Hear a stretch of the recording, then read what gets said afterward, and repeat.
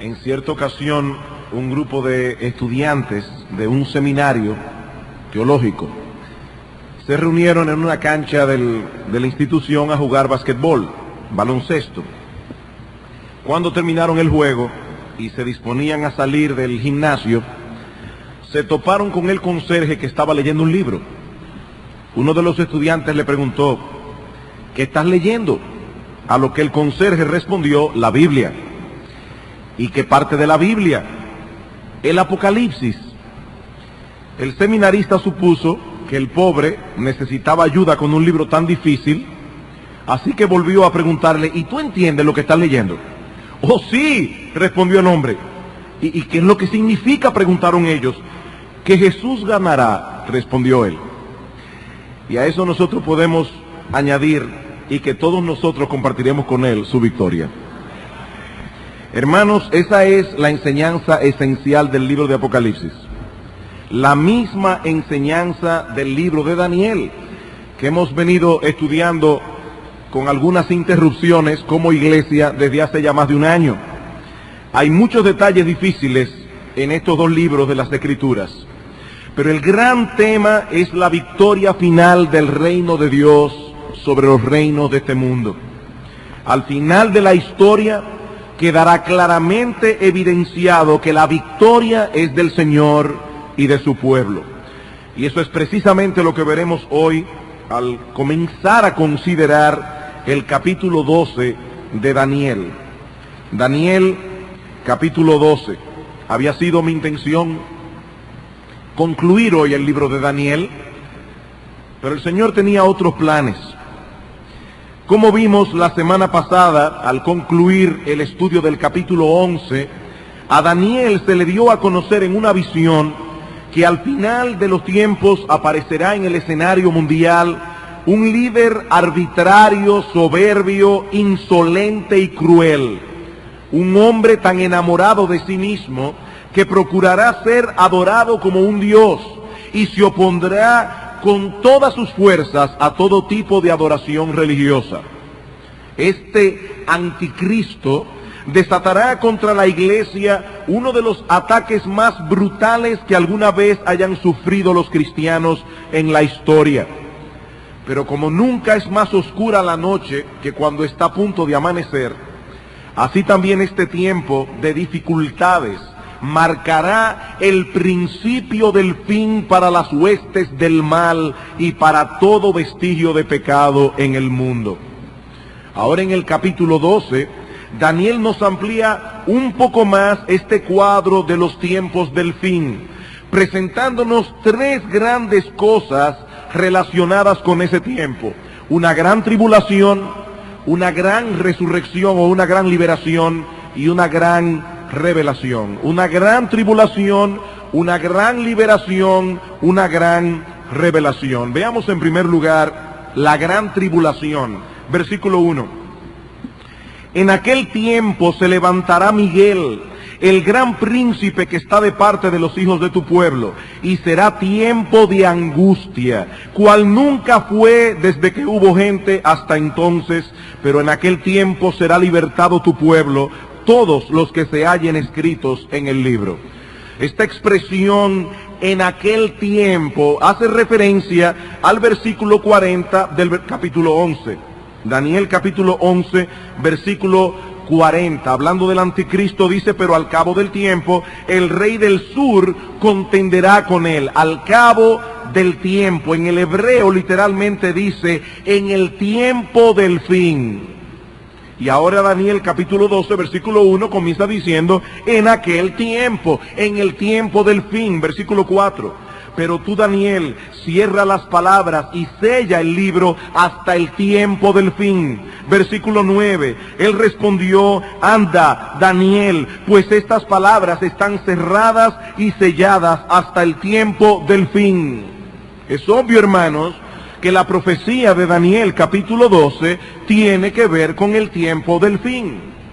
En ese tiempo aparecerá el anticristo y su aparición traerá como consecuencia un tiempo de angustia cual nunca fue desde que hubo gente hasta entonces. Para ampliar un poco más este cuadro, Yo los invito a ir conmigo a uno de los pasajes de los evangelios más emocionantes y que más tiene que ver con este tiempo de tribulación. Me refiero al discurso del Señor en el Monte de los Olivos, Mateo 24. Mateo capítulo 24. Este pasaje ha dado no pocos dolores de cabeza a los estudiantes de las Escrituras a través de toda la historia.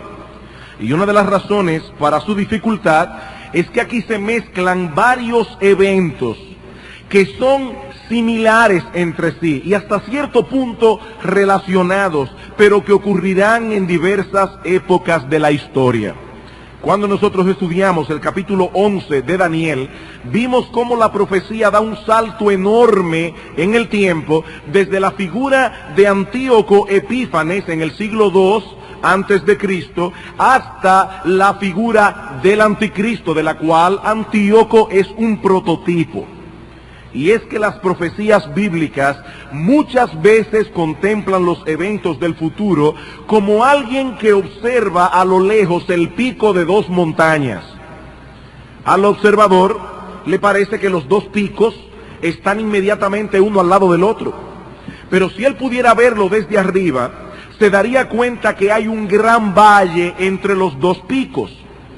El propósito de las profecías no es que nosotros podamos colocar todos los eventos futuros en una cronología minuciosamente detallada, no.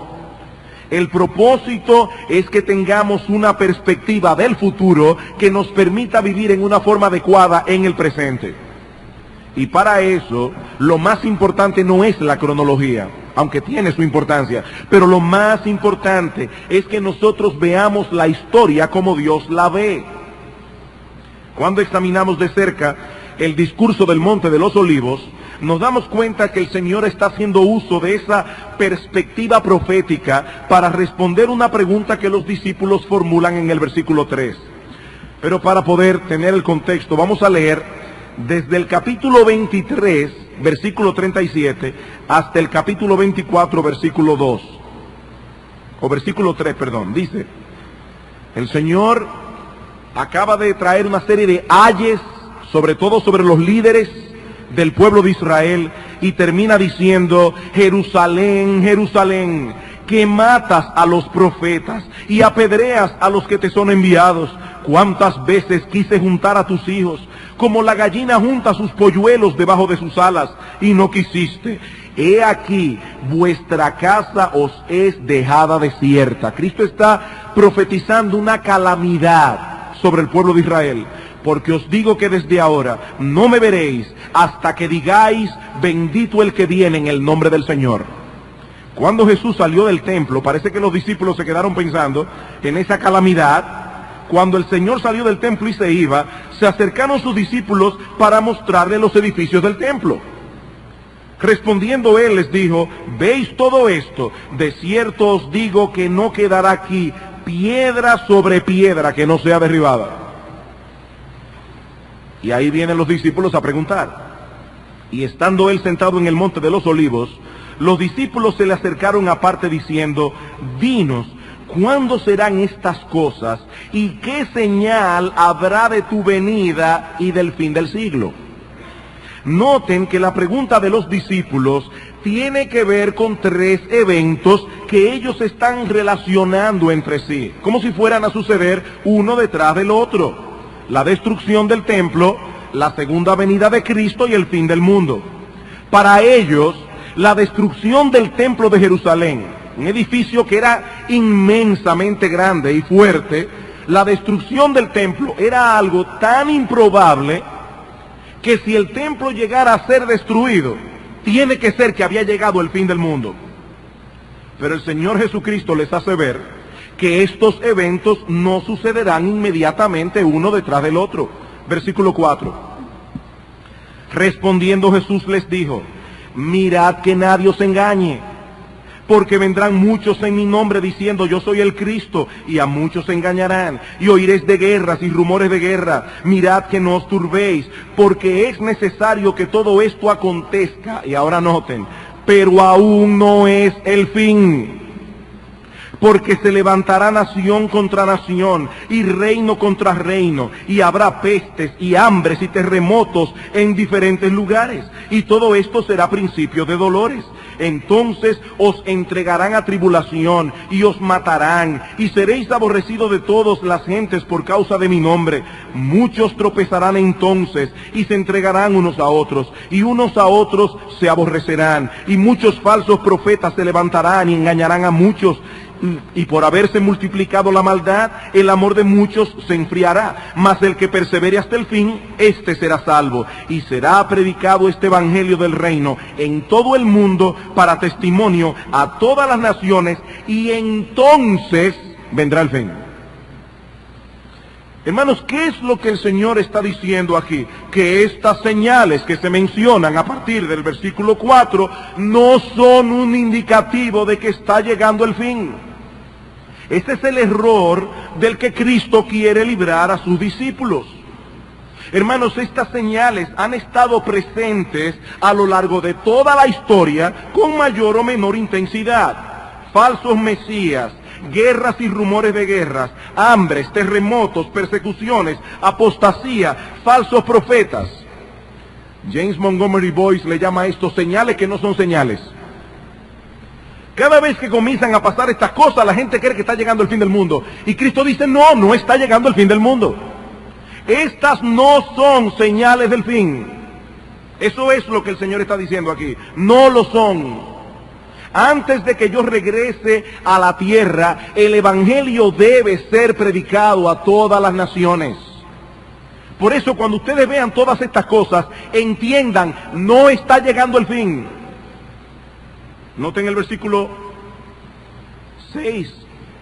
Oiréis de guerras y rumores de guerras. Mirad que no os turbéis, porque es necesario que todo esto acontezca, pero aún no es el fin.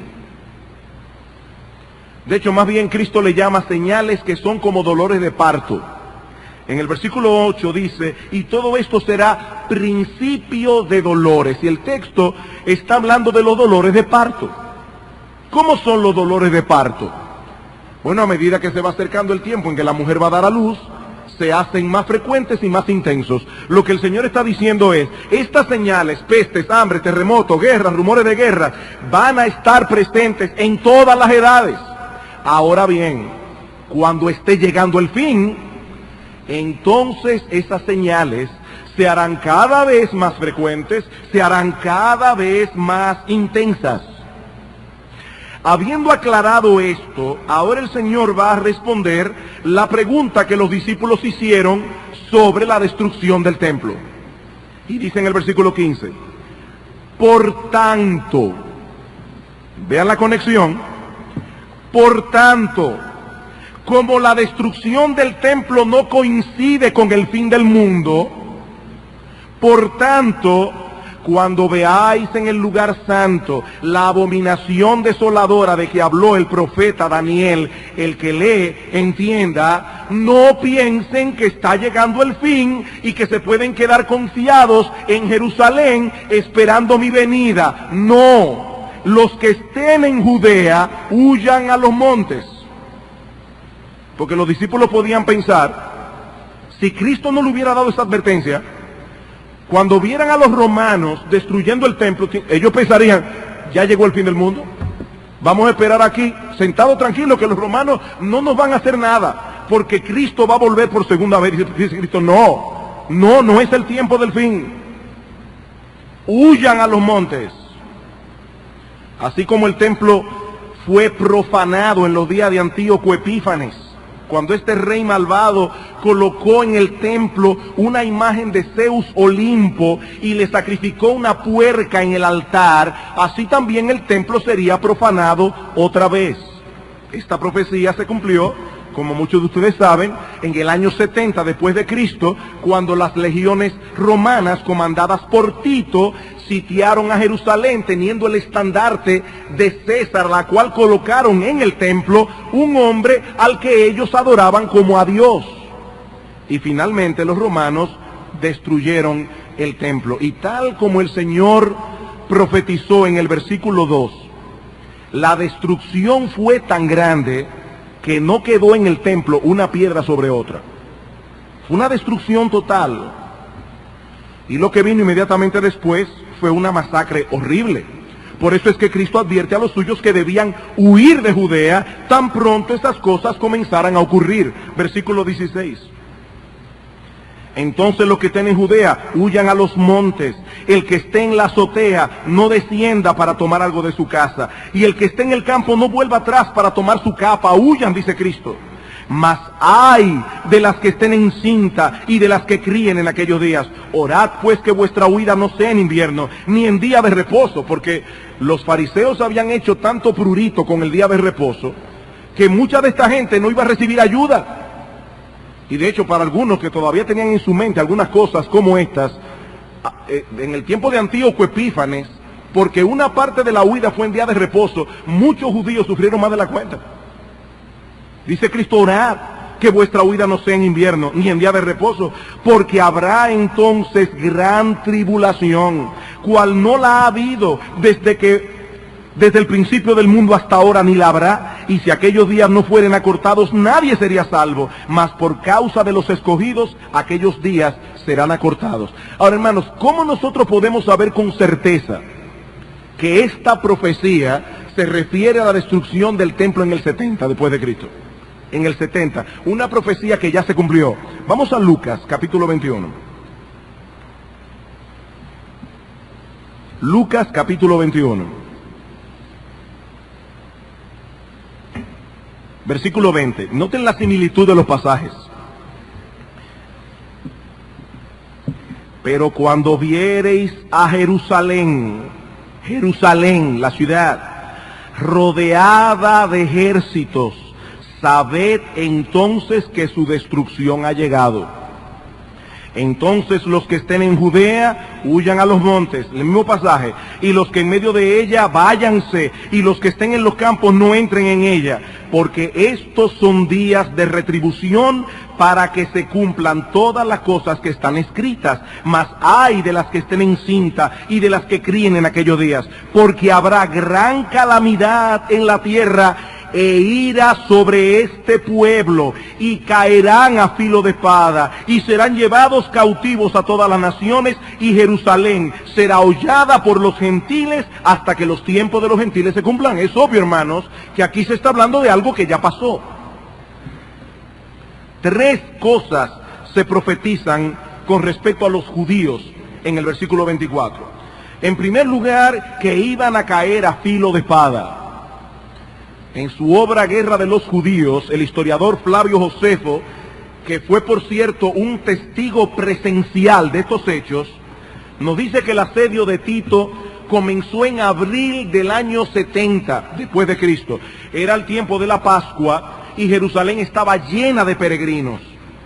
El asedio duró unos 5 meses y finalmente los romanos atacaron la ciudad. De acuerdo con Josefo, el número total de prisioneros fue de 97,000 y el número de muertos 1,100,000. Y es muy probable, sobre todo porque ya conocemos un poco de Josefo, que las cifras estén un poco abultadas. Pero independientemente de eso, hermanos, la masacre que ocurrió allí fue enorme, fue horrible, tal como Cristo profetizó. Fue una gran calamidad para el pueblo de Israel, fue una gran tribulación, cual ellos nunca la habían tenido hasta entonces, nunca, ni en el tiempo de Hitler. Fue algo horrible. En segundo lugar, Cristo profetiza que los judíos serían llevados cautivos a todas las naciones. ¿Se cumplió esa profecía? Sí, se cumplió. Y en tercer lugar, que Jerusalén sería hollada por los gentiles hasta que los tiempos de los gentiles se cumplan. En el año 132 después de Cristo, los romanos expulsaron definitivamente a todos los judíos de Jerusalén. No quedó ni uno. Por un tiempo ni siquiera se les permitía visitar la ciudad, que de paso fue bautizada otra vez, fue rebautizada con el nombre de Aelia Capitolina, dejó de llamarse Jerusalén, y por primera vez a la tierra de Israel se le llamó Palestina, que significa tierra de los filisteos. En el 637 después de Cristo, los musulmanes conquistaron las localidades situadas en la franja costera y se inicia una época en la que Palestina cambia de manos varias veces, hasta que en el 1516 pasa a formar parte del Imperio Otomano. Y así fue hasta que se desató la Primera Guerra Mundial. En el año 1917, el general inglés Allenby entra a Jerusalén. En diciembre de ese año, del 1917, los ingleses toman la tierra de Palestina, teniendo ya una agenda en la mano, la de establecer allí el hogar nacional de los judíos, que habían comenzado a emigrar otra vez a la tierra de Palestina desde el año 1880 o algo así, no recuerdo bien la fecha. Finalmente, el 14 de mayo del año 1948, la tierra de Palestina vuelve a ser un estado judío independiente. Sin embargo, como bien señala Hendrickson en su comentario, a pesar de lo ocurrido en el 48, Israel sigue siendo una tierra hollada por los gentiles. La mayoría de los judíos, se calcula que 5-1 más o menos, viven fuera de Israel, y Palestina sigue y seguirá siendo una manzana de discordia hasta que Cristo vuelva. Esa tierra sigue estando hollada por los gentiles. Ahora, el punto es, hermanos, que la tribulación que sufrieron los judíos en la caída de Jerusalén en el 70 es un prototipo de la gran tribulación que sufrirán los cristianos a mano del anticristo. Por eso es que así como la profecía de la abominación desoladora se aplicó a Antíoco y se aplicó también a Tito, la misma profecía, en este caso, la profecía de que habrá una gran tribulación se aplicó en el 70 y se aplicará otra vez en los tiempos del anticristo. Solo que con una gran diferencia. La del 70 fue localizada, la del anticristo será mundial. Mundial. Una gran tribulación a nivel mundial. Segunda Tesalonicenses, capítulo 2.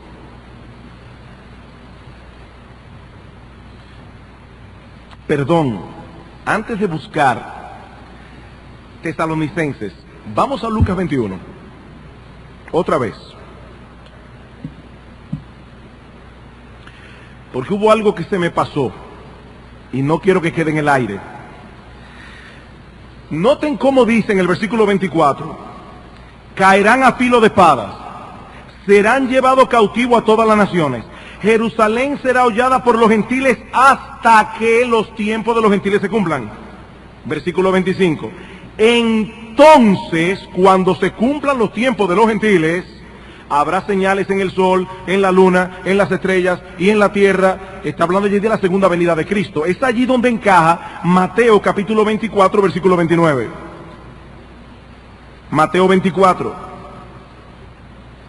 versículo 29. E inmediatamente después de la tribulación de aquellos días, el sol se oscurecerá, la luna no da su resplandor, las estrellas caerán del cielo, las potencias de los cielos serán conmovidas, y entonces aparecerá la señal del Hijo del Hombre en el cielo. Yo decía el domingo pasado que muchos buenos hermanos en Cristo entienden que nosotros no estaremos aquí cuando surja el anticristo y cuando el mundo se vea envuelto en esta gran tribulación. Pero eso no concuerda con lo que el texto enseña. Dice en el versículo 31 que cuando aparezca el Hijo del Hombre sobre las nubes del cielo con poder y gran gloria, versículo 31, enviará sus ángeles con gran voz de trompeta y juntarán a sus escogidos. Allí es que ocurre el arrebatamiento de la iglesia. Antes de la destrucción total que va a haber en la tierra cuando Cristo vuelva, el Señor entonces sacará a los suyos de aquí, en ese momento. Juntará a sus escogidos de los cuatro vientos de un extremo del cielo hasta el otro. Y eso concuerda perfectamente con lo que Pablo enseña, ahora sí, en 2 Tesalónica, capítulo 2. 2 Tesalónica, capítulo 2. Versículos 1 al 4. Pero con respecto a la venida de nuestro Señor Jesucristo y nuestra reunión con Él, os rogamos, hermanos, que no os dejéis mover fácilmente de vuestro modo de pensar, ni os conturbéis ni por espíritu, ni por palabra, ni por carta como si fuera nuestra, en el sentido de que el día del Señor está cerca. ¿Qué le dice Cristo a los discípulos? Cuando le digan, allí está el Cristo, no lo creáis, no es el tiempo del fin. Los hermanos de Tesalónica estaban pasando persecución. Y algunos de ellos estaban interpretando la persecución como que ya estaba llegando el fin. Y Pablo dice, no. Nadie os engañe en ninguna manera, porque ese día, el día del Señor y nuestra reunión con Él, el arrebatamiento de la iglesia, eso no vendrá sin que antes venga la apostasía y se manifieste el hombre de pecado, el hijo de perdición, el cual se opone y se levanta contra todo lo que se llama Dios o es objeto de culto, tanto que se siente en el templo de Dios como Dios, haciéndose pasar por Dios. Pablo dice, eso no ocurrirá hasta que eso venga, la apostasía y el hombre de pecado. Algunos hermanos usan Apocalipsis capítulo 3, versículo 10, como una prueba de que los cristianos no estarán aquí en ese tiempo de tribulación. Apocalipsis capítulo 3, versículo 10. Que por cierto, habría primero que ver si ese texto está hablando de esa tribulación. Es lo primero, porque es una promesa a una iglesia que existió en Asia Menor, que era la iglesia de Filadelfia. Pero vamos a suponer que ese texto se refiere a la gran tribulación. Dice, por cuanto has guardado la palabra de mi paciencia, yo también te guardaré de la hora de la prueba que ha de venir sobre el mundo entero para probar a los que moran sobre la tierra. Estos hermanos dicen, ¿qué es esa hora de la prueba? La gran tribulación. ¿Cuál es la promesa de Cristo? Yo te guardaré de la hora de la prueba. Eso significa que el rapto de la iglesia, el arrebatamiento, ocurrirá antes de la tribulación y los cristianos serán guardados. El problema es que la expresión que usa el Señor aquí en griego, tereo ek, te guardaré de, es exactamente la misma que el mismo Señor usa en Juan capítulo 17. Vamos allí por un momento. Juan 17. Este texto no enseña que los creyentes serán excluidos de este tiempo de prueba, sino que serán guardados durante la prueba. Eso es lo que significa el texto. Juan capítulo 17, la oración intercesora del Señor, versículo 15. El Señor dice al Padre, yo no ruego que los quites del mundo, sino que los guardes del mal. La misma expresión que usa en Apocalipsis. ¿Y qué está diciendo el Señor? Padre, yo no te pido que tú quites a mis discípulos del mundo. Yo te pido que estando ellos en el mundo, tú los guardes del mal. Y dentro de un momento vamos a ver a qué se refiere eso. Que los guardes del mal. No es que los saques de la tribulación, es que los guardes en la tribulación. Aunque Juan 17:15 no está hablando de la tribulación, él está hablando simplemente de que nosotros en el mundo vamos a tener problemas. Y Cristo no quiere sacarnos del problema, sino que seamos guardados en medio de las dificultades. Resumiendo, lo que hemos visto hasta aquí es que estos textos enseñan que previo a la venida de nuestro Señor Jesucristo surgirá un líder mundial, el cual desatará una fiera persecución contra el pueblo de Dios y producirá en el mundo un tiempo de angustia sin precedentes. ¿Cuánto tiempo durará este periodo de tribulación? ¿7 años? ¿3 años y medio? Hermanos, no lo sabemos. No lo sabemos.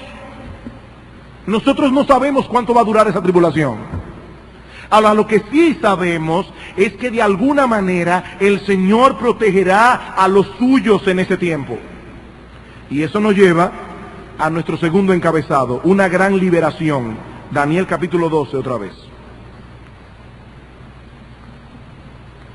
Daniel capítulo 12, versículo 1.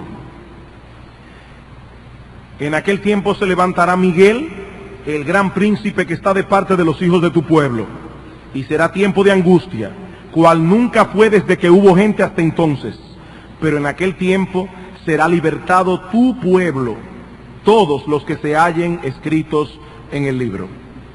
Cuando nosotros estudiamos el capítulo 10 de Daniel, vimos que allí se menciona a Miguel como un ángel de alto rango en el mundo angelical, designado por Dios de manera particular para la defensa de su pueblo.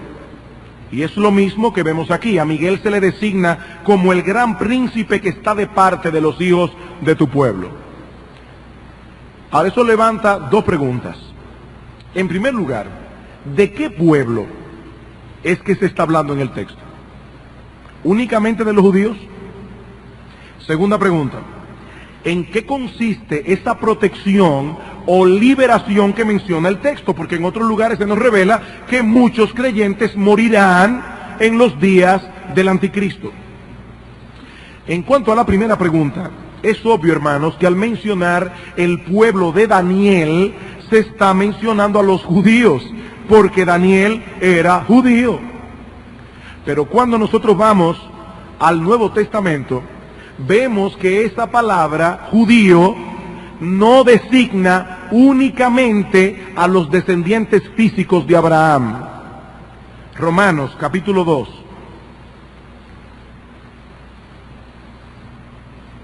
Romanos capítulo 2. Nuestros queridos hermanos dispensacionalistas nos dicen que nosotros alegorizamos el texto bíblico porque utilizamos la palabra Israel para designar a la iglesia.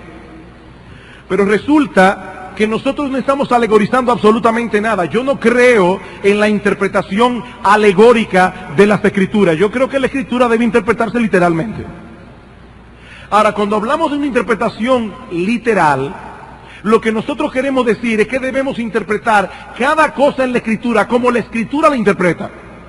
Nosotros no podemos asignar un significado a una palabra y después forzar a que todos los textos bíblicos en que usa esa palabra signifique eso.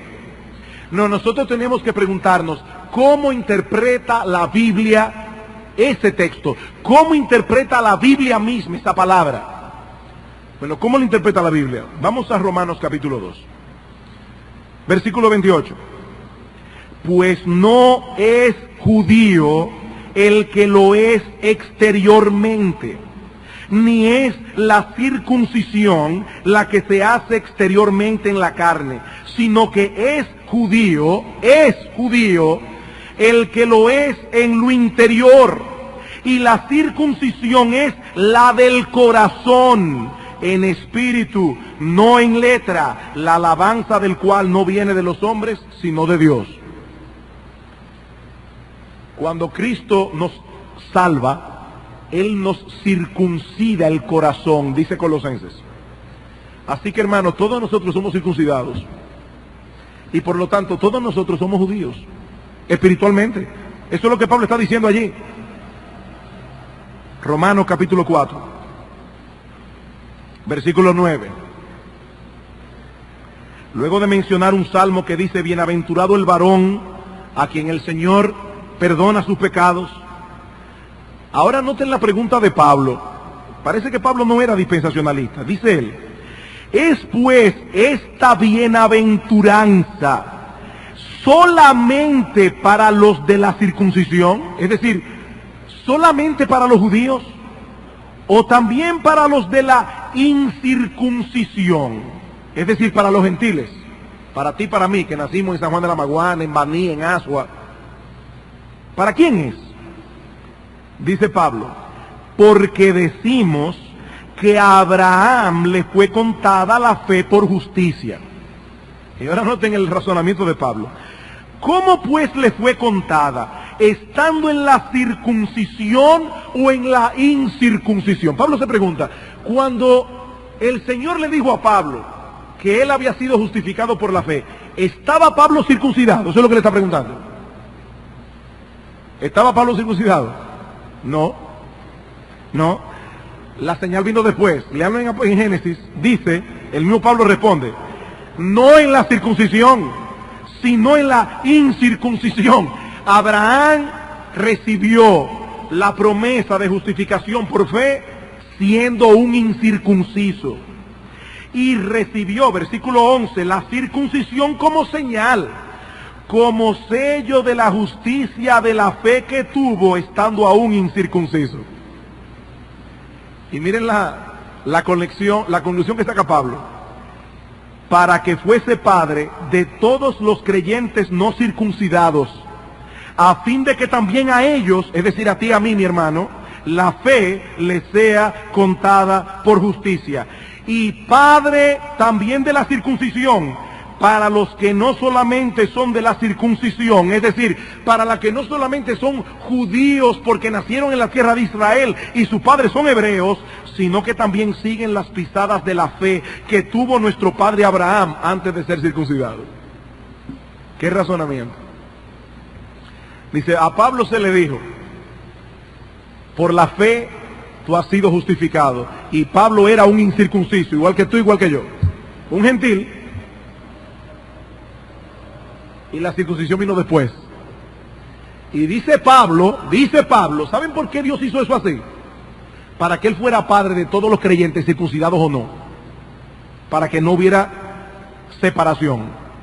Para que no hubiera separación.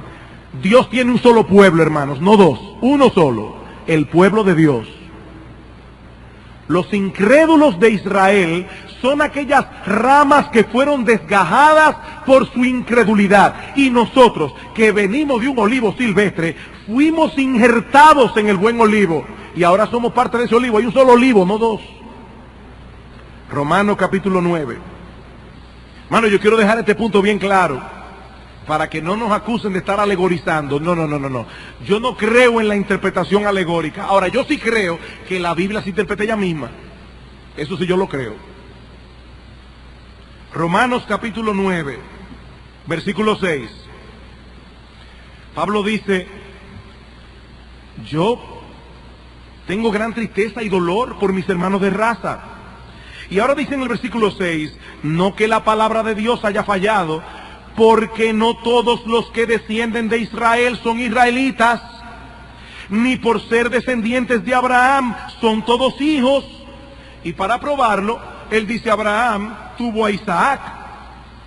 Se le dijo, en Isaac te será llamada descendencia, no en Ismael.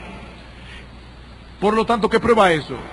Que no es por ser un hijo físico de Abraham, porque Ismael también lo era. Y los descendientes de Ismael no estaban incluidos.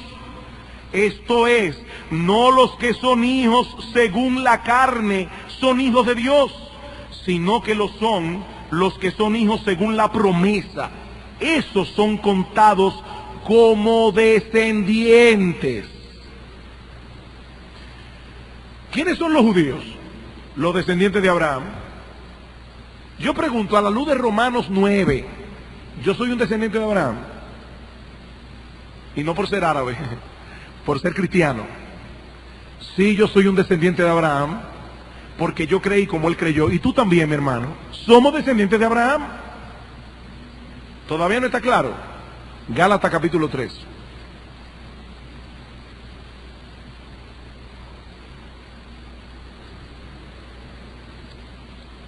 Quiero decir, hermanos, que yo amo a mis hermanos dispensacionalistas, y por muchos de ellos tengo un gran respeto.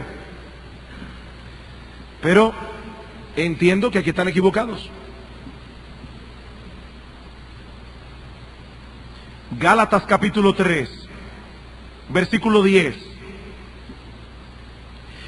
Porque todos los que dependen de las obras de la ley, o sea, los que se quieren salvar guardando los 10 mandamientos, haciendo buenas obras, están bajo maldición. Pues escrito está, maldito todo aquel que no permaneciera en todas las cosas escritas en el libro de la ley para hacerlas. Y que por la ley ninguno se justifica para con Dios, es evidente, porque el justo por la fe vivirá. Y la ley no es de fe, sino que dice, el que hiciere estas cosas vivirá por ellas.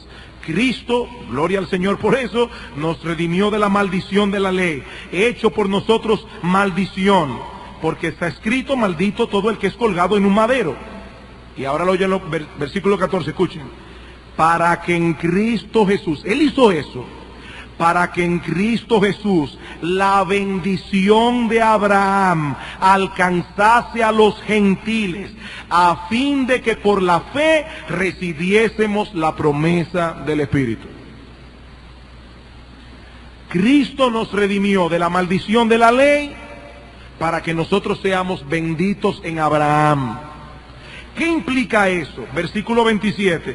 Eso implica que todos los que habéis sido bautizados en Cristo, de Cristo estáis revestidos. Ya no hay judío ni griego, no hay esclavo ni libre, no hay varón ni mujer, porque todos vosotros sois uno en Cristo Jesús. Ya no hay judío ni gentiles, todos somos uno en Cristo. Ahora, hermanos, ¿quién era Cristo? En relación a Abraham, él era el gran descendiente de Abraham. Noten unos versículos anteriores, el versículo 16 del capítulo 3 de Gálatas. Dice allí Pablo: ahora bien, a Abraham fueron hechas las promesas y a su simiente, en singular. Se le hizo una promesa a Abraham y a su simiente. Y Pablo aclara, no dice y a las simientes como si hablase de muchos, sino como de uno, y a tu simiente, la cual es Cristo. ¿Qué dice Pablo que pasa con aquel que ha sido bautizado en Cristo Jesús? Que de Cristo está revestido. Ya tú y yo estamos en Cristo. ¿Cuál es la conclusión? Versículo 29. Leímos el 28, ya no hay judío ni griego, no hay esclavo ni libre, no hay varón ni mujer, porque todos vosotros sois uno en Cristo Jesús. Y si vosotros sois de Cristo, ciertamente linaje de Abraham sois, y herederos según la promesa. Yo espero, hermano, que no haya ninguna duda ya. ¿Cuál es el pueblo de Daniel? ¿Cuál es ese pueblo de Israel que será guardado, que será protegido, que será librado? Los creyentes en Cristo. Los cristianos que estén vivos en esa época. No está hablando de un pedacito de tierra en Palestina. Está hablando del pueblo de Dios. Y el pueblo de Dios es la iglesia de Jesucristo. Ellos son los descendientes de Abraham por la fe. Por eso cuando en Daniel 12:1, volvamos al texto otra vez, se promete liberación, el texto dice al final: en aquel tiempo será libertado tu pueblo, y aclara, todos los que se hallen escritos en el libro. Y esa es una expresión que se usa en la Escritura para hablar de los que son salvos en el libro de la vida. ¿Recuerdan ustedes cuando los discípulos llegaron muy emocionados a decirle al Señor: hasta los demonios se nos sujetan en tu nombre? En Lucas capítulo 10, versículo 20, el Señor dice: no se regocijen de que los demonios se sujetan en vuestro nombre, regocíjense de que vuestro nombre esté escrito en el libro en los cielos, se hayan escrito en los cielos. Este es el libro de los salvos, no de los judíos, de los salvos, sean judíos o no, judíos o no. ¿Y qué clase de liberación es la que se promete aquí a los creyentes? Esa es la otra pregunta. Bueno, obviamente no se trata de ser totalmente librados de padecer aflicciones. En ningún lugar de la Biblia se le promete al creyente una vida libre de dificultades. Todo lo contrario, todo lo contrario. El Señor dijo: en el mundo tendréis aflicción. Y en Hechos capítulo 14, versículo 22, Pablo dice, es necesario que a través de muchas tribulaciones entremos en el reino de Dios. Y en 2 Timoteo capítulo 3, versículo 12, dice Pablo, todos los que quieran vivir piadosamente en Cristo Jesús padecerán persecución. Nadie, ningún creyente será librado de eso. Y si hay un tiempo en que eso será manifiesto como en ninguna otra época de la historia, es en esa tribulación final. Ahora hay tres maneras en que el Señor librará a su pueblo en esos días. En primer lugar, y esto lo digo sobre todo, yo no sé cuándo serán esas cosas, tal vez tú y yo no la veamos, pero muchos creyentes se preguntan, ¿y si a mí me toca pasar por eso? ¿Yo sería capaz de mantener firme mi fe en Cristo? Mi hermano, en primer lugar, el Señor guardará las almas de los verdaderos creyentes para que no claudiquen en medio de la persecución. El Señor los librará en ese sentido. En ese sentido. Romanos capítulo, bueno, el tiempo se me está yendo, pero en Romanos capítulo 8, versículo 35 al 39, búsquenlo en sus casas. Pero allí Pablo dice, ¿quién nos separará del amor de Cristo? ¿Tribulación? ¿Persecución? ¿Hambre? ¿Peligro? ¿Espada? Dice Pablo, no. Antes, en todas esas cosas, somos más que vencedores por medio de aquel que nos amó. Pablo no está diciendo allí, no se preocupen, que ustedes nunca van a pasar peligro, espada. No. Él está diciendo, sí van a pasar esas cosas. Pero en todas esas cosas somos más que vencedores. Por medio de aquel que nos amó. En segundo lugar, el Señor restringirá al anticristo para que no lleve a cabo sus propósitos de exterminar completamente a la iglesia. El Señor prometió que su iglesia habría de perdurar en el mundo hasta el fin de los siglos. Es por eso que, a pesar de todas las persecuciones que se han desatado contra la iglesia a través de toda la historia, todavía estamos en pie. Y han sido muchas las veces que han sonado las campanas para hablar de la muerte del cristianismo, solo que el cadáver nunca apareció. Aquí estamos todavía en el 2003 predicando la palabra de Dios. Por eso cuando el anticristo se proponga exterminar a la iglesia por completo, antes de que eso ocurra, el Señor lo exterminará a él. Y en tercer lugar,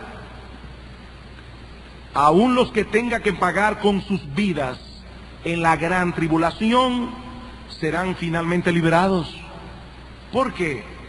Porque sus almas irán de inmediato a la presencia del Señor y a su debido tiempo ellos se levantarán de los muertos. Versículo 2. Y muchos de los que duermen en el polvo de la tierra serán despertados, unos para vida eterna y otros para vergüenza y confusión perpetua.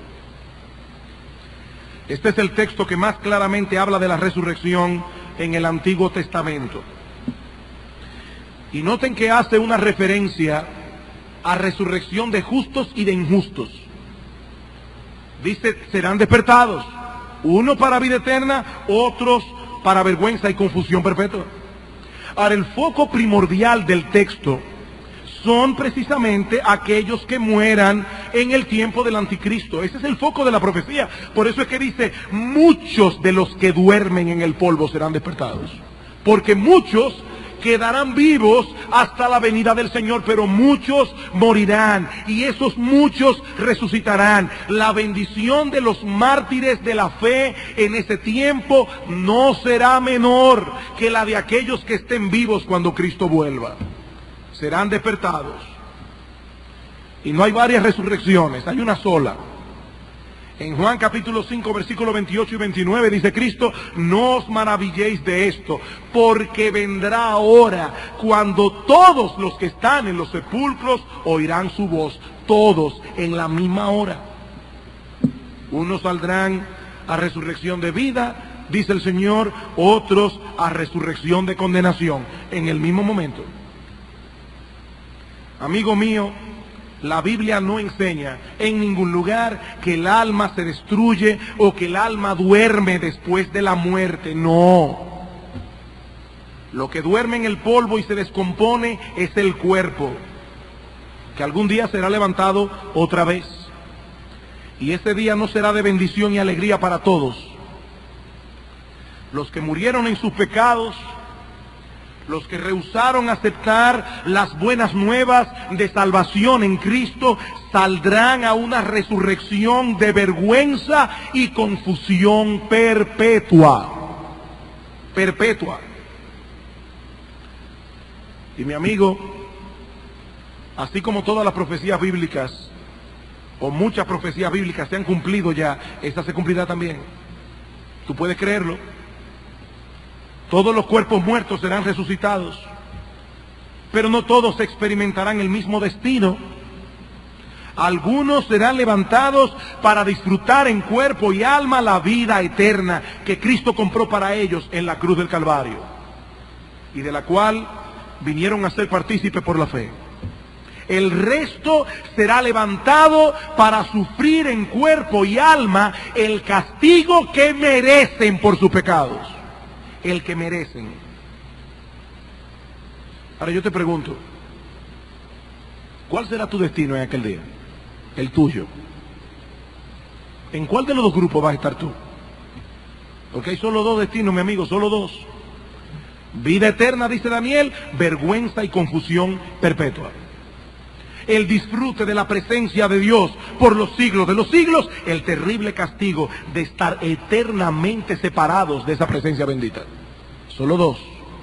Y yo los invito luego a leer en su casa, pero no tengo el tiempo. Segunda a Tesalónica, capítulo 1, versículos 6 al 10. Dice que serán excluidos de la presencia del Señor y de la gloria de su poder por los siglos de los siglos. ¿Tú quieres tener una idea de cuán terrible es la condenación del infierno? Medita en esto, mi amigo.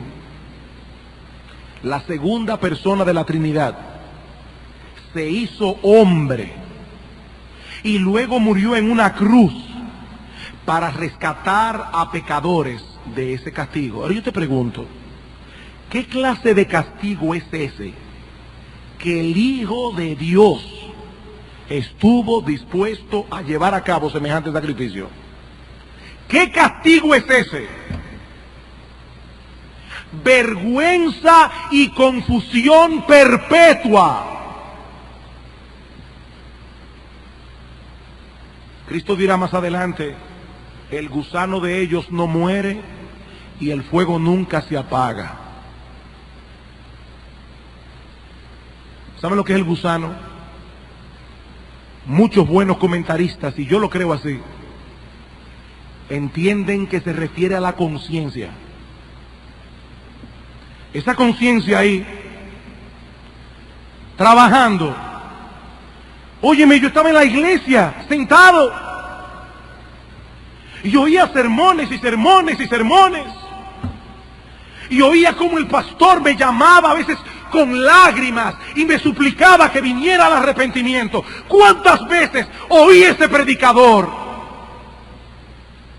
Y ahora estoy aquí sufriendo en esta llama eterna, el infierno, por los siglos de los siglos, porque no me quise arrepentir.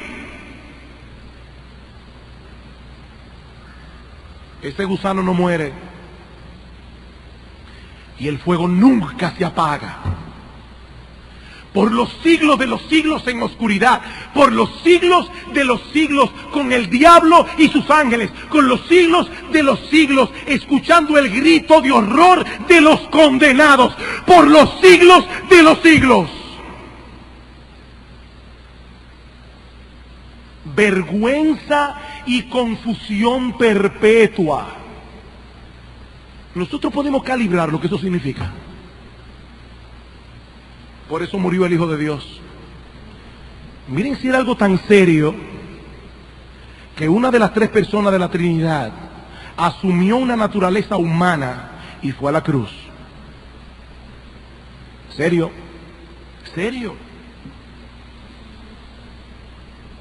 Pero esa es solo una cara de la moneda.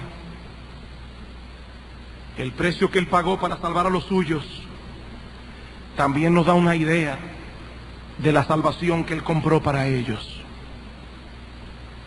Él derramó su vida y ahora nos concede por gracia el perdón de todos nuestros pecados.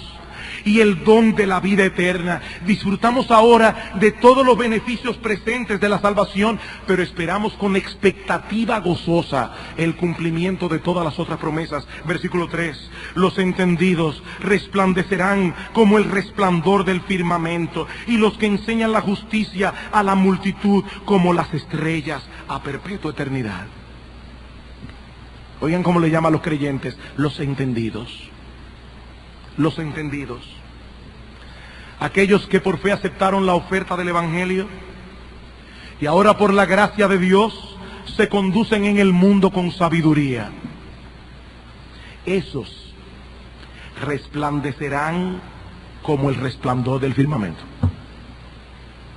Hablando de esta misma era de la resurrección, dice el Señor en Mateo 13:43: entonces los justos resplandecerán como el sol en el reino de su Padre. ¡Qué promesa! Por eso es que Pablo dice en Romanos 8:18 que las aflicciones del tiempo presente no son comparables con la gloria que en nosotros será manifestada. Nosotros compartiremos la misma gloria de Cristo. Dice Filipenses capítulo 3, versículo 20, que el cuerpo de la humillación nuestra será transformado en el cuerpo de la gloria suya, para que sea semejante al cuerpo de la gloria suya. Me llama la atención la característica que Daniel resalta de esos entendidos. Dice: los que enseñan la justicia a la multitud como las estrellas a perpetua eternidad. Y este texto se aplica de manera particular a los que en medio de la persecución, en medio de las dificultades, exhortan a otros a obedecer la palabra de Dios sin importar el costo. Así como en los días de Antíoco Epífanes, algunos judíos soportaron la presión y exhortaron a otros para que perseveraran en la fe, así será también en el tiempo del anticristo. Y esos serán como estrellas en el firmamento. Pero ese estímulo, que no puedo negar, hermanos, que me ha sido de mucho consuelo en estos días, ese estímulo se aplica también en sentido general a todos los que enseñan la justicia a la multitud. Vamos por un momento a Mateo capítulo 5. Hermano, yo le decía a los pastores antes de venir aquí, tengo temor con el tiempo. Y me dijeron: olvídate del tiempo.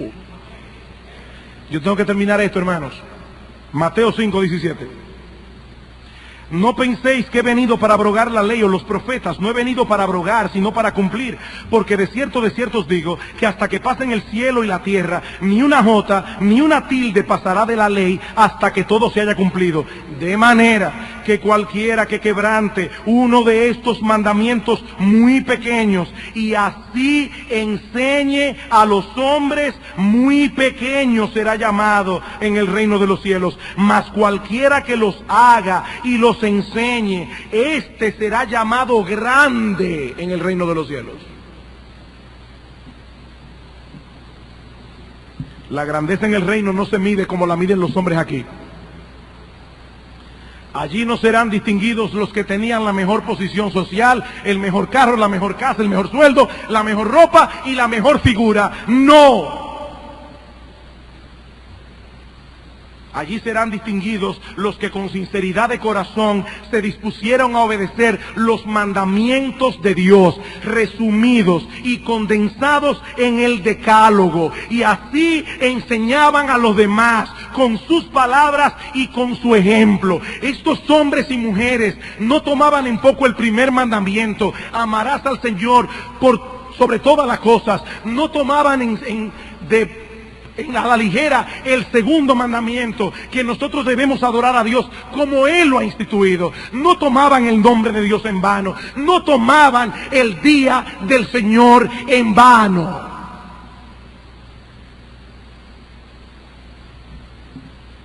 Violándolos ellos y contribuyendo a que otros lo violen también.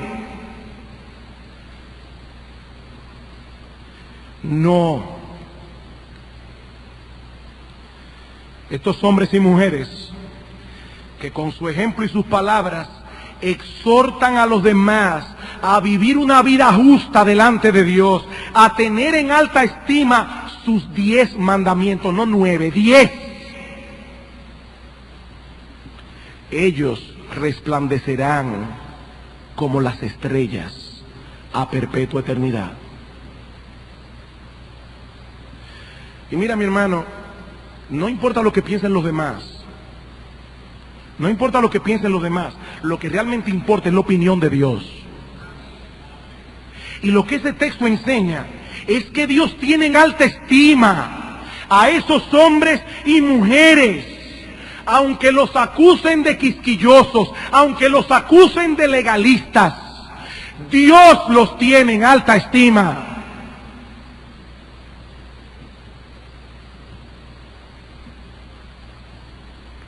Y en aquel día resplandecerán como las estrellas del firmamento.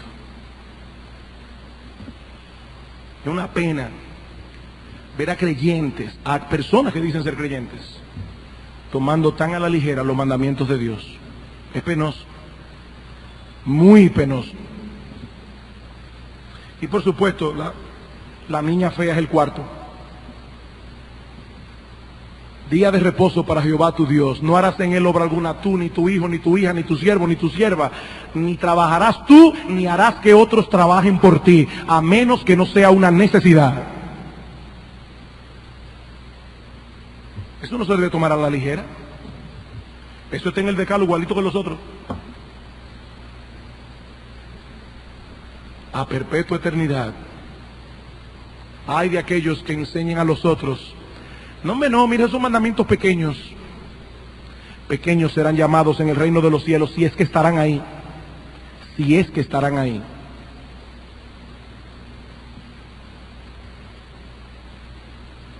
Versículo 4, y ya con esto termino. Una gran tribulación, una gran liberación, una gran revelación. Pero tú, Daniel, cierra las palabras y sella el libro hasta el tiempo del fin.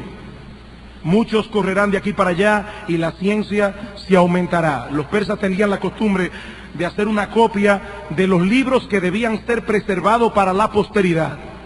Y los sellaban no para que nadie pudiera leerlos, sino todo lo contrario. Eran sellados para que fuesen preservados y leídos por las generaciones futuras. Esa es la idea. Lo que el Señor está diciendo a Daniel es que esta profecía contenía en su libro, debía ser preservada para la posteridad. Estas palabras serían de mucho consuelo para los creyentes de todas las edades, pero sobre todo para los que tengan que vivir el tiempo del fin.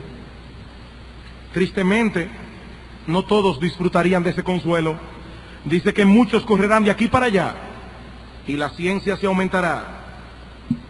Y la idea es que muchos desecharán la palabra de Dios. La desecharán y tratarán de encontrar respuesta en otros lugares. Y como consecuencia el conocimiento aumentará, pero no les servirá de nada en cuanto a los aspectos más importantes de la vida. Serán como gitanos, moviéndose de una teoría a la otra teoría, de un experto al otro experto, buscando aquí y allá lo que solo Dios puede darle.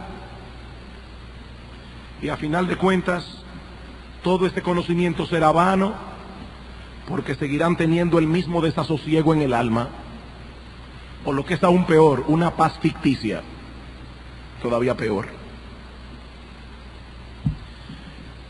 Sí, ciertamente, hay muchas cosas complicadas en el libro de Daniel. Yo le decía a alguien estos días, este libro me ha drenado. Sí, hay cosas difíciles, complicadas, pero hermanos, hay algo que está claro y diáfano como la luz del mediodía. La historia humana se dirige inexorablemente al establecimiento del reino de Dios. Eso está claro. Allí los suyos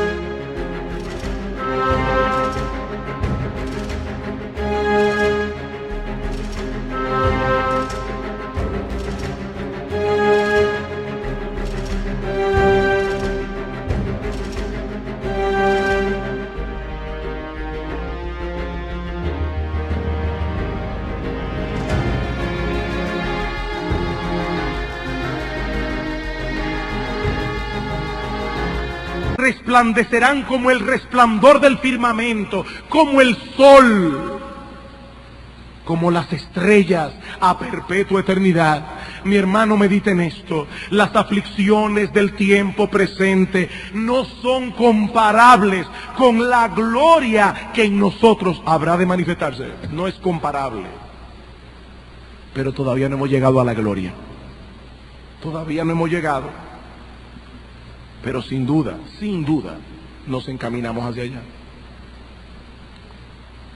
Aún no se ha manifestado lo que hemos de ser. Cuando Él se manifieste, seremos semejantes a Él, porque le veremos tal y como Él es. Esa es nuestra esperanza, hermano. Y mi amigo, esa puede ser tu esperanza si tú pones hoy tu confianza en Jesucristo. Que Dios tenga misericordia. Vamos a orar.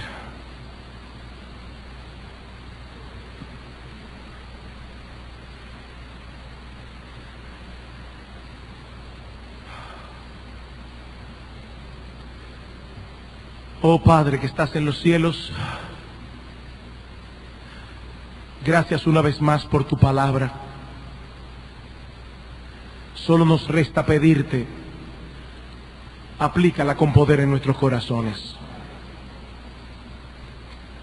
Señor, ayúdanos a vivir teniendo delante de nosotros cada día esta esperanza gloriosa que nos aguarda al final del camino. Estos son días difíciles, Señor.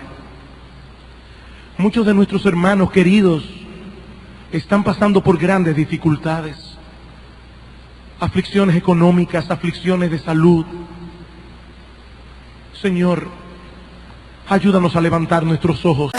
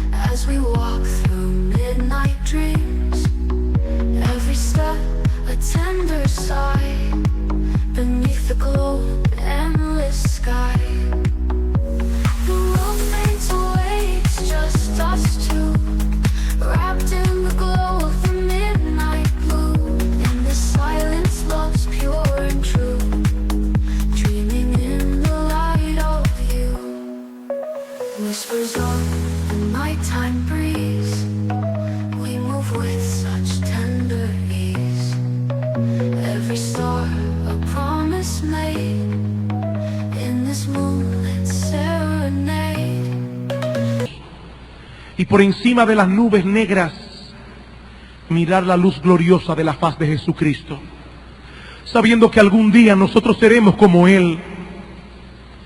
Nos cansamos, Señor, en la lucha con el pecado.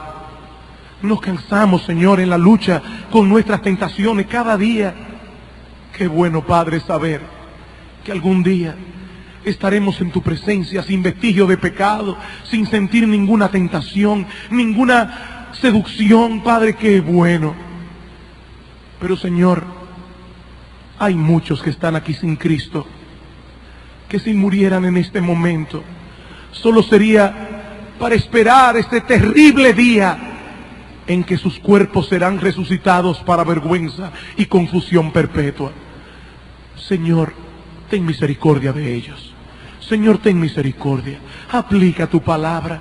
Sálvalos, Señor, porque te lo pedimos en el nombre de Cristo. Amén.